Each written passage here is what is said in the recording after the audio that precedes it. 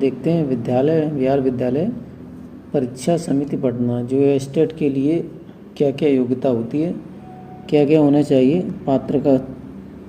पात्रता के लिए।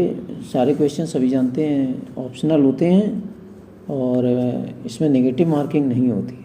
क्या नहीं होती है? नेगेटिव मार्किंग नहीं है, ऑप्शनल है और हर क्वेश्चन 1 नंबर का है, नेगेटिव मार्किंग नहीं है। आप देखिए पेपर वन और पेपर 2 दो पेपर होते हैं। पेपर 1 के सब्जेक्ट क्या क्या हैं इनको देखते हैं। पेपर 1 में सब्जेक्ट हैं हमारे जैसे हिंदी हुआ, उर्दू हुआ, हिंदी उर्दू और बांग्ला, मैथिली, संस्कृत, अरबी, फारसी, भोजपुरी, अंग्रेजी, गणित, विज्ञान, सामाजिक विज्ञान। अब इनके लिए योग्यता क्या क्या है, योग्यता देख लेते हैं। योग्यता की बात की जाए कि कम से कम ग्रेजुएशन में 50% होना चाहिए, ठीक है, और ग्रेजुएशन या पोस्ट ग्रेजुएशन और साथ में बीएड कंपलसरी है, बीएड। इसके बाद कुछ और भी ये योग्यताएं हैं। अब इसमें आगे आते हैं, कुछ सब्जेक्ट दिए हैं। शारीरिक शिक्षा में ये दिया है वैकल्पिक विषय के रूप में वैकल्पिक विषय के रूप में शैक्षिक में 50% स्नातक होना चाहिए। इसमें बीपीएड भी चलता है, ठीक है। ये सारी योग्यताएं दी हैं। अब मेन जो सब्जेक्ट हमारा आते हैं संगीत विषय में ये है, ललित कला ये है, नृत्य ये हैं। अब मैथ की बात करते हैं। मैथ में क्या चाहिए?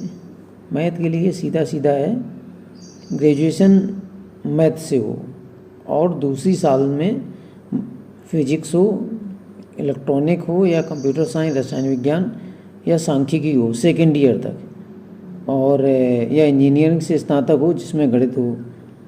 और इसमें स्नातक पर कंप्यूटर साइंस में बीएससी की योग्यता को सम्मिलित माना जाएगा। स्नातक स्तर पर कंप्यूटर साइंस में बीएससी उसको भी मैथ में शामिल माना जाएगा।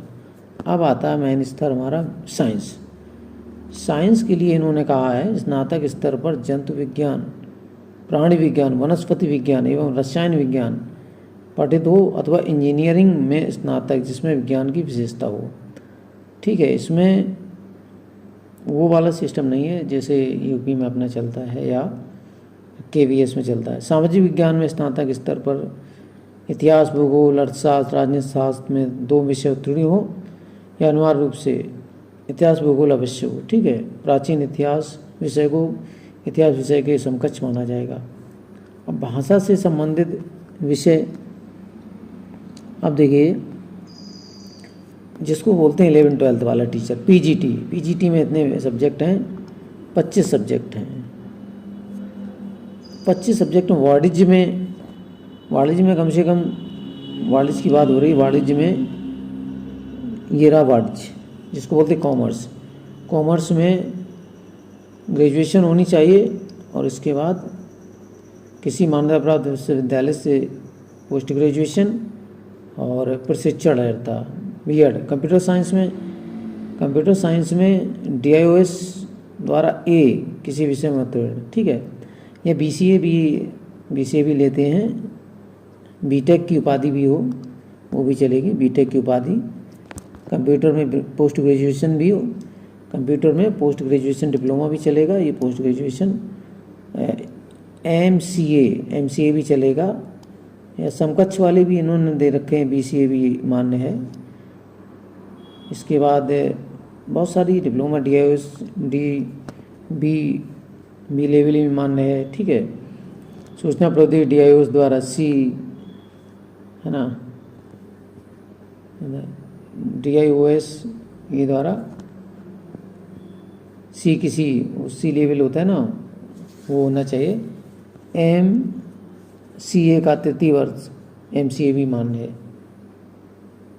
अब मेन सब्जेक्ट आपके चलते हैं, ये AG वाला भी है, संगीत वाला भी है। ये देखिए अब इसमें जो है ना पैटर्न वही है। यहाँ पर सब्जेक्ट 2 पोस्ट ग्रेजुएशन के दिए हैं। Physics post graduation, chemistry post graduation हो, कॉमर्स में मास्टर डिग्री हो, बॉटनी जूलॉजी, मैथ में भी ये हो। अब देखिए क्या होगा, सब्जेक्ट जो होता है वो 50 नंबर का होगा, सॉरी 100 नंबर का होगा, सब्जेक्ट 100 नंबर का होगा, और ये वाला कॉमन पोर्शन 50 नंबर का होगा। टोटल 150 है, 150 मार्क्स का है। और इसमें हिसाब दिया है भारत का नागरिक हो, सारे लोग फिल कर सकते हैं। और एज की बात की जाए, एज की बात कर लेते हैं। पुरुष के लिए 37 वर्ष जनरल, महिला के लिए 40, ओबीसी है 40 वर्ष, महिला 40 वर्ष, अनुसूचित जात 42, अनुसूचित जनजात 42 वर्ष, ये है।